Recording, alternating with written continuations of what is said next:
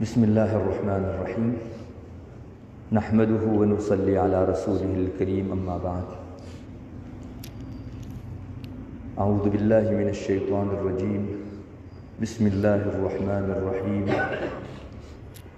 قل هل يستوي الذین يعلمون والذین لا يعلمون انما يتذکر اولو الالباب صدق اللہ مولانا العظیم۔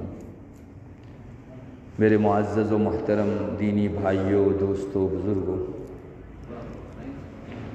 آپ سب حضرات بڑے قابل مبارکباد ہیں۔ اللہ تعالیٰ کی نظر انتخاب آپ کی اس بستی کی ایک زمین کے اوپر پڑی۔ اللہ تعالیٰ نے یہ فیصلہ فرمایا کہ اس زمین میں اپنا گھر قائم کرے۔ زمینیں مختلف مقصدوں کے لیے لی جاتی ہیں، کسی کا ذاتی گھر بنانے کے لیے بھی زمین لی جاتی ہے، کوئی فیکٹری قائم کرنے کے لیے زمین خریدتا ہے، کوئی بڑی اسکول قائم کرنے کے لیے، کوئی اسپتال قائم کرنے کے لیے زمین خریدتا ہے۔ زمینوں کی یہ خوش قسمتی نہیں ہے کہ وہ کسی کے ذاتی گھر کے لیے یا اسپتال و کارخانے کے لیے خریدی جائے۔ زمین کی خوش قسمتی اس میں ہے کہ اللہ رسول کی باتیں بیان کرنے کے لیے، اللہ کے سامنے ماتھا ٹیکنے کے لیے، سجدہ کرنے کے لیے کوئی زمین منتخب ہو۔ اللہ اکبر کبیرہ، بے شک۔ میں آپ کو زمین کی خوشی کا اندازہ نہیں دلا سکتا، وہ زمین اپنی کتنی خوش قسمتی سمجھتی ہے۔ بے شک۔ امام غزالی رحمۃ اللہ علیہ نے لکھا ہے کہ جس زمین کے اوپر سجدہ کیا جاتا ہے وہ زمین اپنے آس پاس کی ساری زمینوں کے اوپر فخر کرتی ہے بے شک کہ مجھے جس کے لیے پیدا کیا گیا تھا اس کام میں مجھ کو استعمال میں لایا جا رہا ہے۔ یہ تو انسان بے وفا ہے، باقی ساری مخلوق اللہ کی وفادار ہے۔ ہم کو ہمارا رب کھلاتا ہے، پلاتا ہے، ساری ضرورتیں پوری کرتا ہے، اتنے امن اطمینان کے ساتھ ہم کو رکھے ہوئے ہیں، لیکن ہم سے جو اللہ کی قدردانی ہونی چاہیے نہیں کر پاتے۔ بے شک نہیں ہو رہی۔ اللہ تعالی ہمیں معاف فرماوے۔ آمین۔ یہ ساری زمینیں، آسمان، پہاڑ، چاند، سورج، سب اللہ نے جب سے پیدا کیا تب سے آج تک اللہ نے جس کام کے لیے پیدا کیا اسی عبادت میں لگے ہوئے۔ جب اللہ تعالیٰ نے آسمان اور زمین کو پیدا فرمایا اس وقت کا نقشہ قرآن کھینچتا ہے۔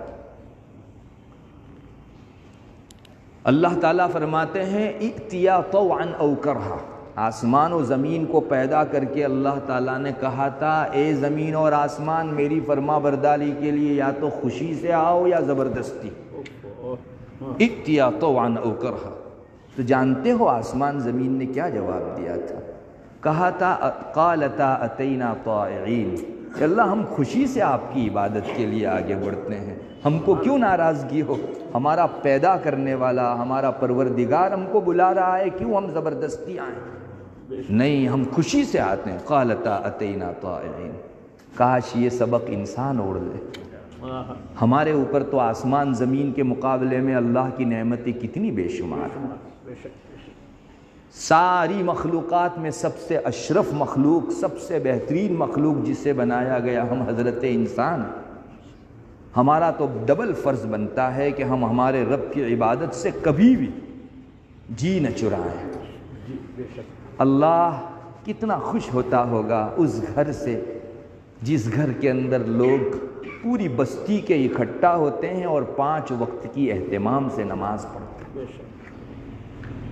وہ بستی کبھی ضائع نہیں ہو سکتی جس بستی میں اللہ کا گھر آباد کیا جائے۔ اپنے گھر کے آباد کرنے والے کو اللہ کبھی بھی ضائع نہیں کرتا۔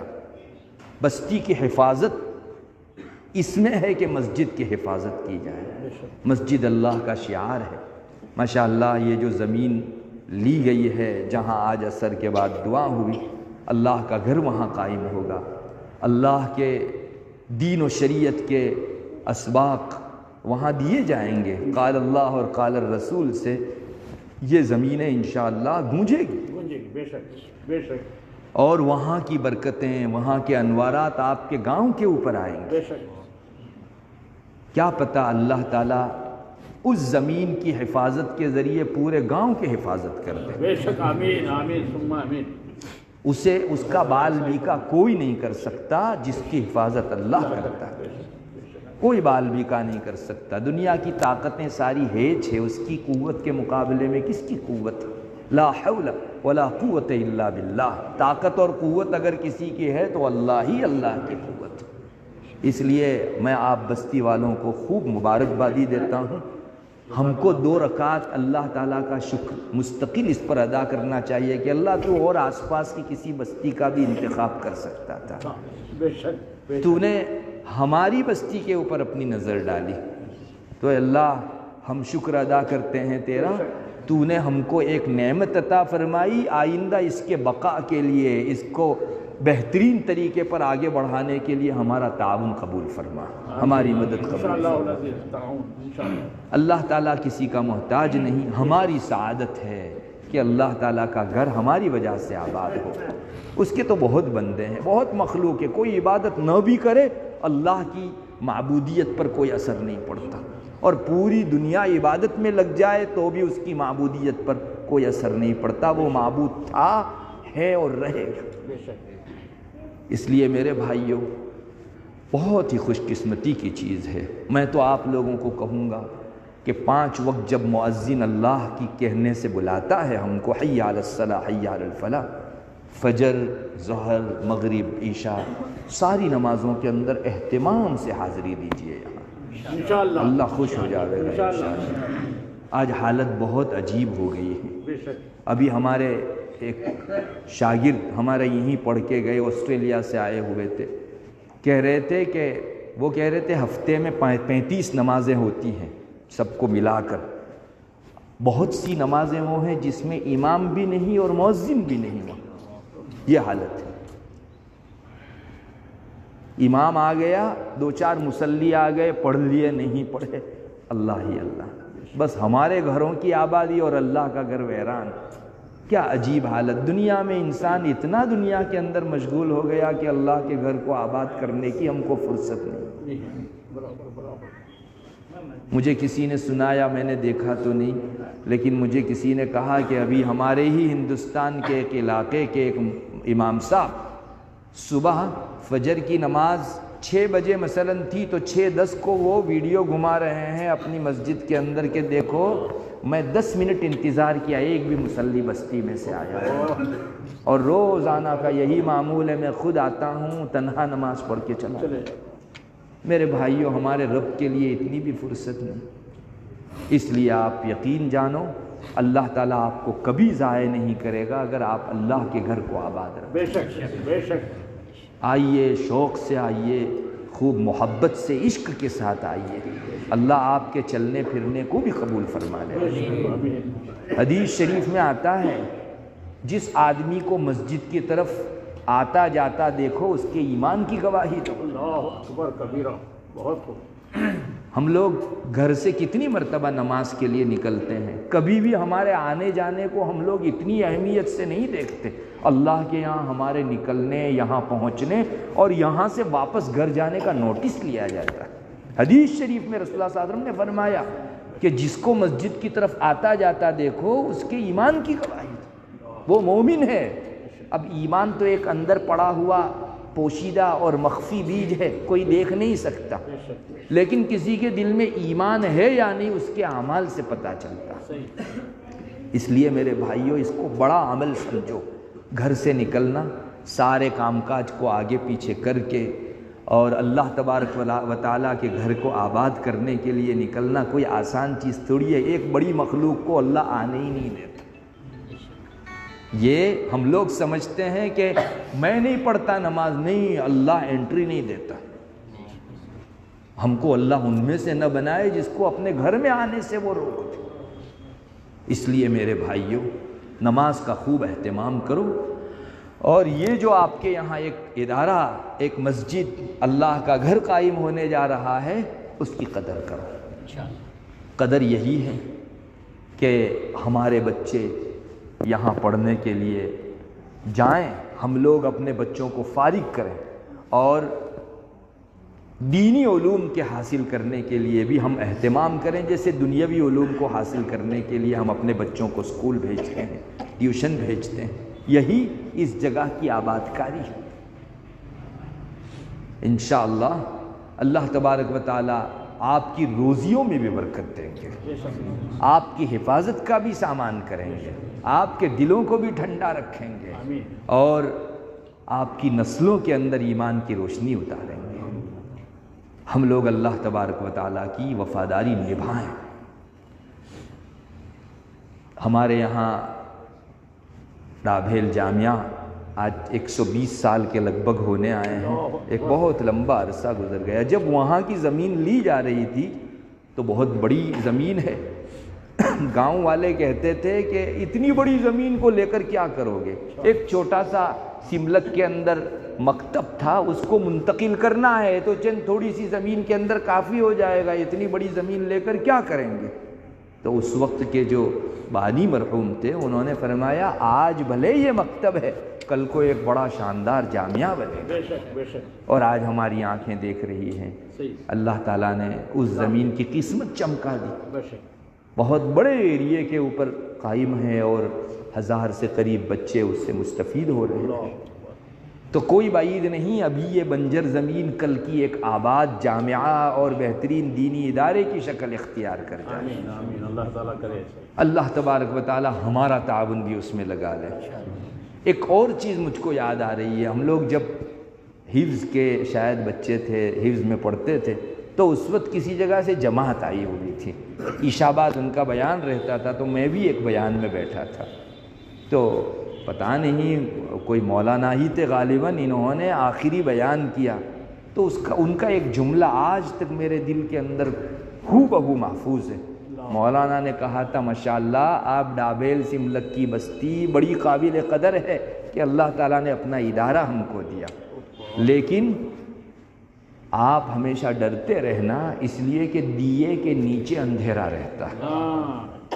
بہت پتے کی بات کہی تھی۔ آج بھی آپ کے دیکھ لیجئے دیا جہاں جلاتے ہیں آس پاس میں روشنی پھیلتی ہے لیکن نیچے تو اندھیرا رہتا ہے، تو کہیں ایسا نہ ہو جائے کہ ہم لوگ اس سے فائدہ اٹھانے سے محروم رہیں اور چہار دام کے عالم سے انشاءاللہ ہمارے بچوں کو ہم لوگ بھیجیں گے اور اللہ کا یہ گھر ہماری نسلوں سے آباد ہوگا۔ بہت ضرورت ہے اس کی، یہی قدردانی ہے۔ آپ پیسوں سے تعاون کرو، 2 نمبر کی چیز ہے، اپنے بچے اور اللہ تعالیٰ نے اگر آپ کو توفیق دی ہے تو جتنا بھی بن سکے اپنا پیسہ۔ دیکھیے ایک بات ہے، اللہ ہمارے پیسوں کا محتاج نہیں ہے۔ میری خوش قسمتی ہے کہ میرے یہ روپیے یہاں لگے، ورنہ کسی ٹیک اوے پر یا کہیں لگ جاتے ہیں، ہزاروں ایسے ہی چلے جاتے ہیں۔ ایک فیملی کھانے گئی 2-5 ہزار روپے نکل گئے۔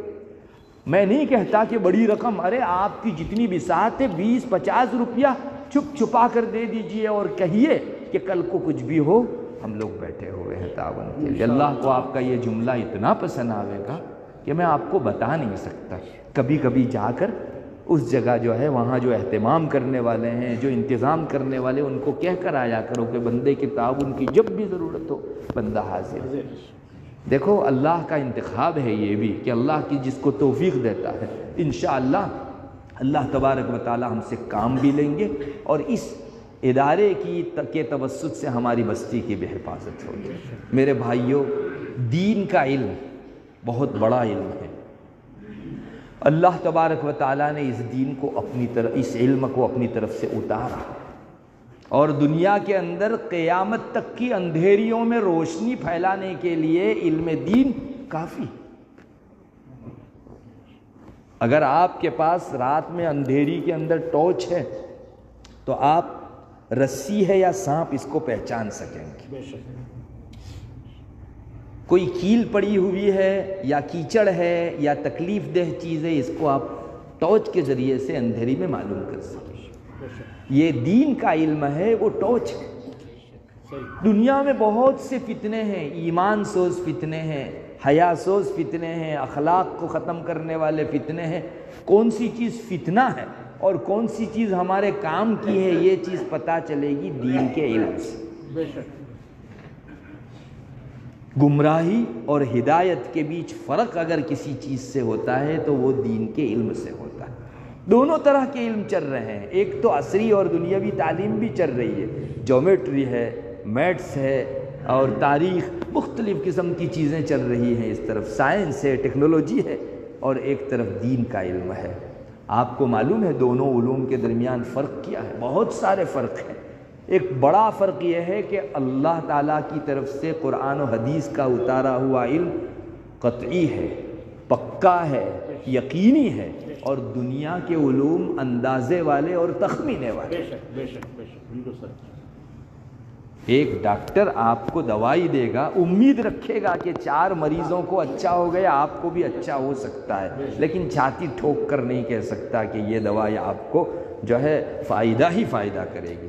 دنیا میں ہم لوگ دیکھتے ہیں بعض مرتبہ ایک مریض کو ایک دوائی فائدہ کرتی ہے، وہی دوسرے مریض کو دی گئی تو اس کا جو ہے تکلیف بھی ہو جاتی ہے، ری ایکشن بھی ہو جاتا ہے اس کا۔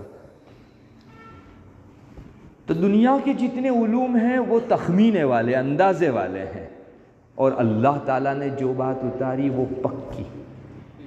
اسی کو اللہ کمپیئر کر کے ایک جگہ کہتا ہے اِن يَتَّبِعُونَ إِلَّا الظَّنَّ وَمَا تَهْوَى الْأَنفُسُ وَلَقَدْ جَاءَهُم مِّن رَّبِّهِمُ الْهُدَىٰ۔ یہ لوگ دنیا والے جو ہیں وہ فالو کرتے ہیں، پیروی کرتے ہیں گمان میں اور تخمینے اور اندازے کو، اور جی جو چاہتا ہے اس چیز کی۔ تمہارے پاس تو تمہارے رب کی طرف سے ہدایت کا سامان یعنی قرآن آ چکا ہے، اور رسول اللہ صلی اللہ علیہ وسلم کی حدیث آ چکی ہے۔ یہ کمپیئر کر رہا ہے قرآن دونوں علوم کے اندر۔ تو پہلا فرق تو یہی ہے، یہاں جو دینی علوم پڑھائے جائیں گے وہ دینی علوم یقینی ہیں، اور دنیا کے علوم ظنی اور گمان والے ہیں۔ دوسرا ایک بڑا فرق یہ ہے کہ دینی علوم جو ہیں وہ آپ کو اپنی اصلی دنیا یاد دلاتے ہیں۔ میرے بھائیوں، یہ خواب ہیں، میں آپ کو دیکھ رہا ہوں، آپ مجھ کو دیکھ رہے ہیں، یہ خواب سے زیادہ کچھ نہیں۔ ابھی آنکھیں بند ہو جائے تو نہ یہ مسجد ہے، نہ یہ مائک ہے، نہ آپ ہیں، نہ کچھ ہیں، بس ایک دوسرا عالم ہے جہاں جنت ہے، جہنم ہے، فرشتوں کی آمد و رفت ہے۔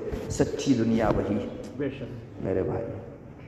کسی بزرگ نے بہت پتے کی بات کہی ہے، انہوں نے کہا کہ ابھی ہماری آنکھیں کھلی ہیں لیکن وہ سچ مچ بند ہیں، جب ہماری آنکھ بند ہوگی تب سچ مچ کھلے گی۔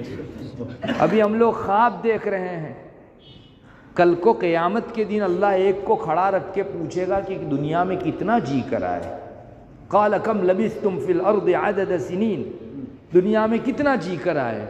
اب یہی آدمی جس کی 70 سال 80 سال 90 سال کی زندگی دنیا میں گزری، دنیا والے اس کے پیچھے بات کرتے تھے کہ ارے بڑی عمر پائی اس نے، تو بہت لمبی عمر پائی اس نے، 90 سال کی عمر یعنی، لیکن خود یہ آدمی جس نے 90 سال کی عمر پائی وہ اللہ کے سامنے محشر میں کھڑا ہو کر کیا جواب دے گا؟ قرآن اس کا بھی نقشہ کھینچتا ہے۔ قال کم لبثتم فی الارض عدد سنین قالوا لبثنا یوما، ہو گیا اللہ ایک دن ٹھہرے، چونکہ آخرت میں ہمیشہ ہمیش کی زندگی کے مقابلے میں یہ 90 سال کی کیا حیثیت ہے، تو اس کے مقابلے میں اگر وہ دنیا کی یہ عمر دیکھے گا، آخرت میں تو کوئی انتہا ہے ہی نہیں، اب جینا ہی جینا ہے، جنتی کو جنت میں، اللہ نہ بناوے ہم کو جہنمی کو جہنم میں، تو وہ ہمیشہ کی زندگی کے مقابلے میں 90 سال کی زندگی کو دیکھے گا تو اللہ کو یہی کہے گا اللہ ایک دن میں تو دنیا میں رہ کر آیا، پھر اس کو اس میں بھی شک ہو جاوے گا، لبثنا یوما او بعض یوم، اللہ دن پورا بھی شاید نہیں گزارا، کچھ ہی وقت گزار کر آیا ہوں۔ فاسأل العادین، اللہ کہے گا کہ یہ تمہاری عمر گننے والے فرشتوں سے پوچھ لو کتنا جی کر آئے، دن آدھا دن نہیں بلکہ تم جو ہے 90 سال کی عمر گزار کر آئے۔ تو یہ ہے ہماری دنیاوی زندگی کی حقیقت میرے بھائی۔ آنکھیں بند ہونے کے بعد کی جو زندگی ہے وہ سچی زندگی ہے، اسی کے لیے مر مٹنا ہے ہم کو۔ قرآن و حدیث ہم کو وہ سکھلاتے ہیں، آخرت، قبر، محشر، پل صراط، جنت، جہنم، موت، اللہ کے سامنے کھڑا ہونا، حساب دینا، یہ سب پکچرز جو ہے، یہ سب سینز، یہ سب منظر ہم کو قرآن سکھاتا، بے شک حدیث سکھاتی. دنیاوی علوم اگر آخرت کے کسی کام کے اندر ہمارے معاون بن رہے ہیں تب تو ٹھیک، ورنہ اگر دنیاوی علوم آخرت سے غفلت لانے والے ہوں تو قرآن تو اس کو علم ہی نہیں کہتا، بے شک اس کو علم کہے جانے کے قابل ہی نہیں ہے. قرآن ایک جگہ کہتا ہے وَلَكِنَّ أَكْثَرَ النَّاسِ لَا يَعْلَمُونَ يَعْلَمُونَ ظَاهِرًا مِّنَ الْحَيَاةِ الدُّنْيَا وَهُمْ عَنِ الْآخِرَةِ هُمْ غَافِلُونَ.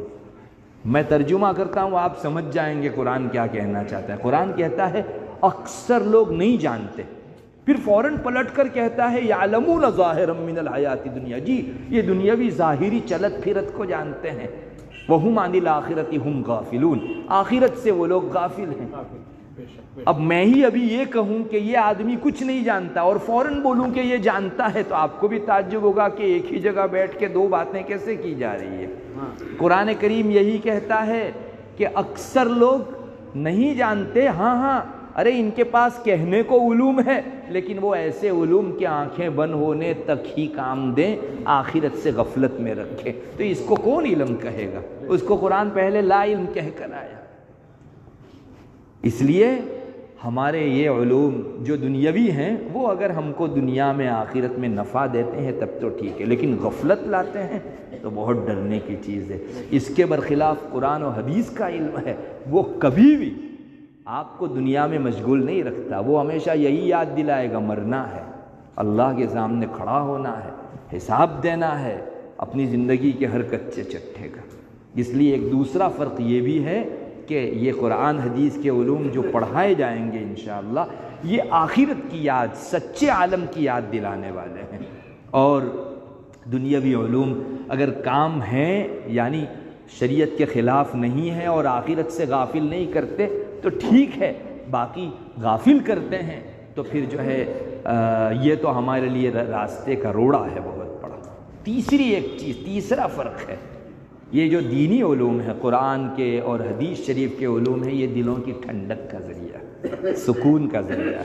نہیں دیکھا آپ نے ایک آدمی گنہگاری کرتے کرتے کرتے کرتے پریشان ہو جاتا ہے. یاد رکھو گناہ انگارہ ہے، ہمارا ہاتھ اگر انگارے پر پڑ جائے تو ہاتھ جل جاتا ہے. یار گناہ کرنے کی وجہ سے تھوڑی دیر کے لیے ٹیسٹ آئے گا، لذت آئے گی، لیکن دل جلے گا، روح جل جائے گی. کتنے لوگ اپنے معمولی سے مزہ پانے کے لیے اپنی روح کو جلا دیتے ہیں. اللہ نے نہ کہا کہ یہ وقتی لذت کو چھوڑ دو، مجھ کو خوش کرو. میں نے نہ کہا ہے کہ گناہ کے اندر مت پڑو، تو جو ہے ہم لوگوں کو نہیں پڑھنا چاہیے. تو گناہ کرنے کی وجہ سے دل جلتا ہے، اور دل کے جلنے کا مطلب سمجھے آپ، یعنی دل کا سکون ختم ہو جاتا ہے. کہتے ہیں کہ جو آدمی زنا کرتا ہے اس کے دل سے سکون ایسے ختم ہو جاتا ہے جیسے ایٹم بم آس پاس کے سارے آکسیجن کو چوس لیتا ہے. آکسیجن، یہ ایٹم بم جس جگہ گرتا ہے وہاں کئی کلومیٹر تک لوگ ٹپ ٹپ مر جاتے ہیں. کیوں؟ اس لیے کہ وہ آکسیجن ہی چوس لیتا ہے. جب سانس لینے کو جگہ نہیں ہے تو ہر ایک مرتا ہے. اس سے زیادہ تیزی کے ساتھ یہ زنا کرنا اور گناہ کرنا دل کے سکون کو کونے کونے سے غارت کر کے جلا دیتا ہے. اب دل میں سکون رہا ہی نہیں. آپ نے دیکھا ہوگا بہت سارے لوگ بڑی رنگریلیاں مناتے ہیں ایک مدت تک، لیکن آخر میں پھر خودکشی ان کا نتیجہ ہوتا ہے. کیوں؟ دنیا میں اتنے زیادہ خوش عیش تھے تو ان کو تو اور جینا چاہیے تھا، کیوں خودکشی کرتے ہیں؟ وہی دل کا سکون ختم تو نہ اپنوں میں سکون ملتا ہے نہ غیروں میں، بیگانوں میں. گھر میں آتا ہے تو دیوار کاٹنے دوڑتی. یہی گھر جو سکون کا ذریعہ تھا، چونکہ دل میں اس نے بے سکونی کی فضا بنا رکھی ہے اور وہ گناہ سے بنتی. یہ کون سکھائے گا؟ قرآن و حدیث سکھائیں گے. قرآن اور حدیث کے علم کی وجہ سے دلوں میں سکون آتا ہے، اور گناہ کی وجہ سے دلوں کا سکون غارت ہوتا ہے. بعض مرتبہ دنیاوی علوم میں سلوک ہوتے ہیں، ایسے جملے ہوتے ہیں کہ جس کی وجہ سے مومن کافر بن جاتا ہے یا فاسق بن جاتا ہے. اس طرح کے جملے بھی اب تو شروع ہو گئے ہیں. تو ظاہر ہے کہ دل کا سکون ہی سلگ جائے گا تو ہم لوگوں کو دل میں اطمینان رہے گا کہاں سے؟ اس لیے دینی علوم کی طرف بھی ہمارے بچوں کو متوجہ کرنا چاہیے۔ حدیث شریف میں آتا ہے، جس کا خلاصہ ہے، جس جگہ قرآن پڑھایا جاتا ہے اس جگہ اللہ کے فرشتے اترتے ہیں اور اپنے پر کے ذریعے سے سب کو ڈھانپ لیتے ہیں، اور اللہ کی طرف سے سکینت اترتی ہے۔ کیا مطلب سکینت؟ سکینت کا مطلب دلوں کی ٹھنڈک، دلوں کا سکون۔ جس جگہ یہ تعلیم دی جاتی ہے بسم اللہ الرحمن الرحیم الحمدللہ رب العالمین، اس جگہ اللہ تعالیٰ دلوں کی ٹھنڈک کا سامان کرتا ہے۔ میرے بھائیوں، اس لیے دینی علوم کی طرف بھی اپنے بچوں کو متوجہ کرو، ارادہ کر لو ہمارے بچوں کو ہم حافظ بنائیں گے، عالم بنائیں گے، اللہ کے دین کے لیے قربان کریں گے۔ ہاں، سیلری شاید آپ کی وہ ڈاکٹر جیسی یا انجینئر جیسی نہ ہو آپ کے بچے کی، لیکن اللہ اس کو بھوکا نہیں رکھے، اور یہاں اگر اس نے خدمت کی، آپ قبر میں ہوں گے، آپ کے لیے اس کی خدمت کا صلہ نیکیوں کی شکل میں قبر میں دیا جاتا ہے۔ آدمی تو مرتے ہی اعمال نامے بند ہو جاتے ہیں، لیکن مرنے کے بعد بھی اگر کسی کو اچھے اعمال کا اجر چاہیے، اپنی اولاد پر دینی محنت کرو۔ یہ روئے زمین پر اللہ کے پرسن ہوں گے، اللہ کا کام کرنے والے ہوں گے، اور آپ کو چونکہ آپ نے ان کی اچھی تعلیم و تربیت کی تھی، ان کو اچھے علوم دیے تھے، تو قبر میں آدمی بے بس پڑا ہوگا، لیکن لاٹ آف نیکیاں اس کے لیے جو ہے اللہ تعالیٰ کے یہاں داخل کی جائے گی۔ آس پاس کی قبر والے رش کریں گے کہ آخر ہم بھی اپنے بچوں کو دینی علوم پڑھائے ہوتے تو یہ جو بازو والا قبر والا ہے اس کے یہاں بڑے خانچوں کے خانچے نیکیوں کے داخل کیے جا رہے ہیں، میرے یہاں مرتے ہی اعمال نامہ بند ختم۔ ایک آدمی روزانہ پورا قرآن کریم ختم کرتا تھا، لیکن آپ مجھے بتائیے آج آنکھیں بند ہو گئی تو اب اس کے اعمال نامے کے اندر کچھ اضافہ ہوگا؟ ختم۔ انسان مر جاتا ہے، اعمال نامہ بند ہو جاتا ہے۔ ایک شخص جو ہے ادھر میسور کے قریب ٹیپو سلطان کی قبر ہے، مرحوم ماشاءاللہ بہت نیک تھے، تو وہاں اور بھی بہت سارے رائل فیملی کے لوگ مدفون ہیں۔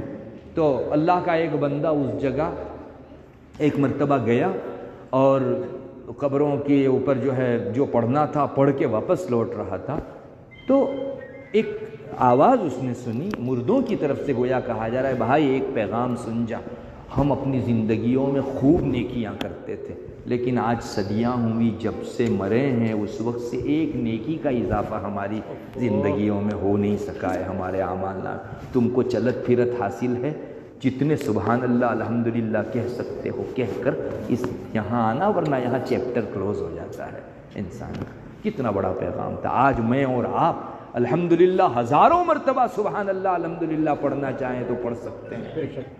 وہ بے بس ہیں، کچھ نہیں کر سکتے، چاہنے کے باوجود زندگی میں جو کچھ ہو چکا وہ ہو چکا۔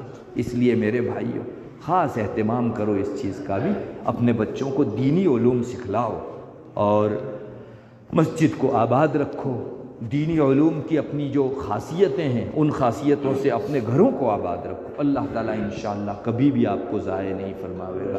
پھر سے ایک مرتبہ آپ کو مبارکبادی دیتا ہوں اور امید بھی رکھتا ہوں اور اللہ سے دعا بھی کرتا ہوں اللہ تعالیٰ ہمارا پورا تعاون ادارے کے پیچھے لگائے، ہماری سعادت ہے اللہ تعالیٰ ہم سے کام لے لے، ہماری کچھ گھڑیاں اس کام کے اندر لگ جائے تو اللہ تعالیٰ انشاءاللہ دنیا آخرت دونوں جگہ کی بھلائیاں عطا فرماویں گے۔ اللہ تبارک و تعالیٰ مجھے بھی توفیق دے اور آپ کو بھی توفیق دے، اور جن جن حضرات نے اس سلسلے میں کوششیں کی ان حضرات کے بھی ہم شکر گزار ہیں کہ آپ نے الحمدللہ اتنے دور آ کر ہماری بستیوں کو اس قابل سمجھا۔ در حقیقت تو اللہ تعالیٰ ہی کا انتخاب ہے، ہم اللہ کے بھی شکر گزار ہیں۔ وآخر دعوانا الحمدللہ۔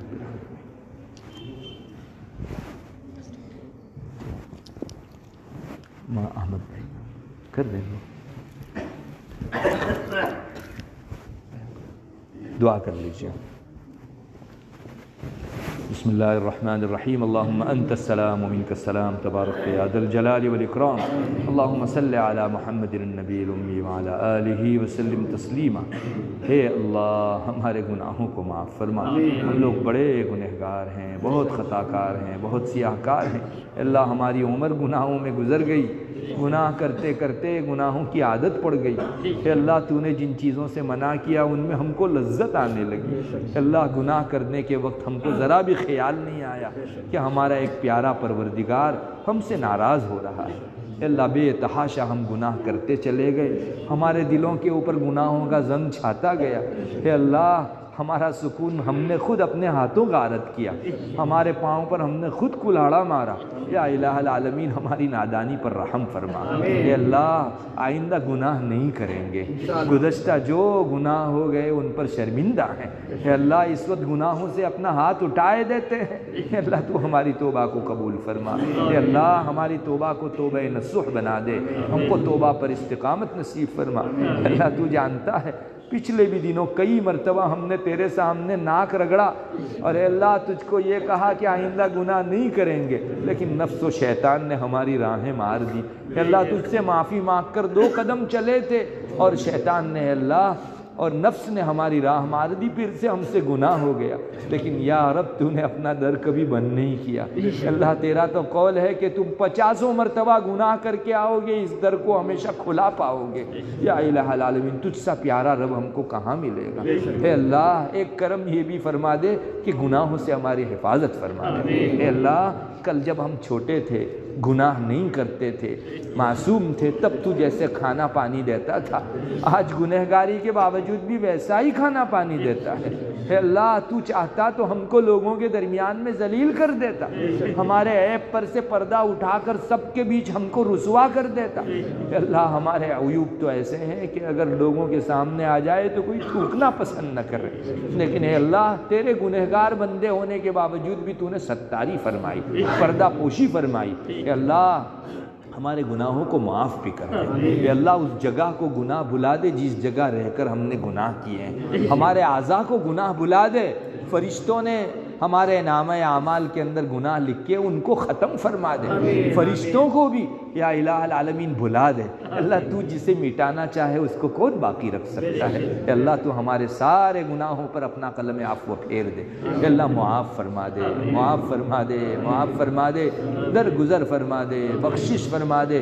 پوری امت کی جانب سے ہم تیرے حضور ناک رگڑتے ہیں، اے اللہ ہمارے ہاتھ نیچے جائیں اس سے پہلے امت سے خوش ہو جا، اے اللہ امت سے راضی ہو جا۔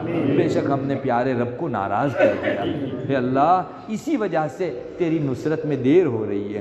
اے اللہ تو نے تو بڑے تکوینی فیصلے فرما رکھے ہیں، لیکن ہمارے کرتوت کی وجہ سے اللہ اس میں دیر ہو رہی ہے۔ تو اللہ ہم کو اپنا وفادار بندہ بنا لے۔ اے اللہ بے شک نماز وفاداری کا نشان ہے، ہم کو 5 وقت اہتمام سے ہمارا رب ہم کو بلا رہا ہے، اس شوق کے اندر مسجد میں حاضری دینے کی توفیق عطا فرما۔ اے اللہ صف اول میں تکبیر تحریمہ کے ساتھ خوب خشوع خضوع اور دھیان کے ساتھ نماز پڑھنے کی توفیق عطا فرما۔ یا الہ العالمین اس گاؤں کے اوپر اپنی خصوصی رحمتیں اور برکتیں نازل فرما۔ اے اللہ یہاں کے سب لوگوں میں دینداری مقدم رکھنے کا جذبہ عطا فرما۔ ہمارے چھوٹوں بڑوں بوڑھوں بچوں مردوں عورتوں سب کے اندر یا الہ العالمین مکمل دینداری عطا فرما دے۔ اے اللہ ہمارے معاملات معاشرت اخلاق اور عبادت و عقائد سب دین اسلام کے عین مطابق کر دے۔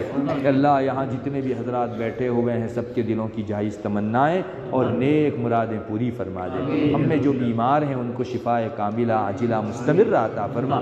اللہ جو مقروض ہیں ان کے قرضوں کی ادائیگی کی غیب سے شکلیں پیدا فرما۔ مسلمان دنیا کے کسی کونے میں جس پریشانی میں مبتلا ہو اس پریشانی کو دور فرما دے۔ اللہ بے روزگاروں کو روزگار عطا فرما، اللہ بے سہاراؤں کو سہارا عطا فرما، بے گھروں کو گھر عطا فرما۔ اللہ ہمارے جو مرحومین تجھ تک پہنچ چکے ہیں ان کو کروٹ کروٹ چین نصیب فرما۔ اللہ ان کے سارے گناہوں کی بخشش فرما دے، ان کو ہماری طرف سے بہترین بدلہ عطا فرما۔ اللہ ہمارے مربیوں نے ہمارے مخلصوں نے ہماری خرمستیاں برداشت کر کے اللہ اپنے آداب اور اصول ہم کو سکھلائے۔ اے اللہ انہوں نے بہت برداشت کیا، ہم انہیں بہت ستاتے تھے، یا الہ العالمین ہماری طرف سے ان کی اس تعلیم و تربیت کے اوپر بہتر سے بہتر بدلہ عطا فرما۔ اللہ جو جا چکے ہیں ان کی قبروں کو نور سے بھر دے، یا اللہ ان کا بڑا احسان ہے۔ اللہ کسی نے ہم کو پیسہ دیا، کسی نے زمین دی، کسی نے گھر دیا، اللہ انہوں نے اچھی تربیت دی، دین اسلام سے ہم کو واقف کیا۔ اللہ سب سے بڑی نعمت تو نے ان کی معرفت ہم کو دلوائی۔ اللہ ہماری طرف سے بہترین بدلہ ان کو عطا فرما، ان کے ہر احسان کے بدلے میں ان کو جنت کا ایک درجہ عطا فرما۔ یا الہ العالمین مسلمانوں کو ایک اور نیک بنا دے، تو ہمارا ہو جا، ہمیں اپنا بنا لے۔ اے اللہ ہماری روزیوں میں بھی برکت عطا فرما۔ اے اللہ اس دنیا سے بڑھ کر ہماری آنکھیں بند ہونے کے بعد کی دنیا ہے، یہ ہم کو سجھا دے۔ موت اور ما بعد الموت کے تمام مراحل ہمارے لیے آسان فرما دے۔ برزخ میں اللہ قبر کے اندر اکیلے ہوں گے، قبر روزانہ پکارتی ہے، میں کیڑے مکوڑوں کا گھر ہوں، میں تنہائی کا گھر ہوں، اللہ میں اندھیری کا گھر ہوں۔ یا الہ العالمین آج 5-10 منٹ کسی اندھیرے حجرے میں بیٹھنا ہو تو ہمارا جی اکتا جاتا ہے، اللہ صدیاں گزارنی ہے۔ یا الہ العالمین تیرا انس پیدا کرنے کی توفیق عطا فرما۔ اللہ آج ہم کو موبائل میں اللہ اتنی مشغولی ہے کہ 5 منٹ اس کے بغیر رہ نہیں سکتے۔ اللہ صدیاں گزارنی ہے، کیسے گزرے گی؟ اللہ آج دنیا ہی میں تجھ سے لو لگانے کی توفیق عطا فرما، تجھ سے محبت اور عشق قائم کرنے کی توفیق عطا فرما، اپنی شریعت کے ایک ایک حکم سے احترام اور عزت کا معاملہ کرنے کی توفیق عطا فرما، ہر قسم کی بے ادبی گستاخی سے ہمارے حفاظت فرما۔ یا الہ العالمین ہماری بہت ساری اور بھی ضرورتیں ہیں جو زبان پر نہیں آ پا رہی ہیں، سب کے دلوں کے احوال سے تو واقف ہے، سب کے جائز مرادیں اور نیک تمنائیں پوری فرما دے۔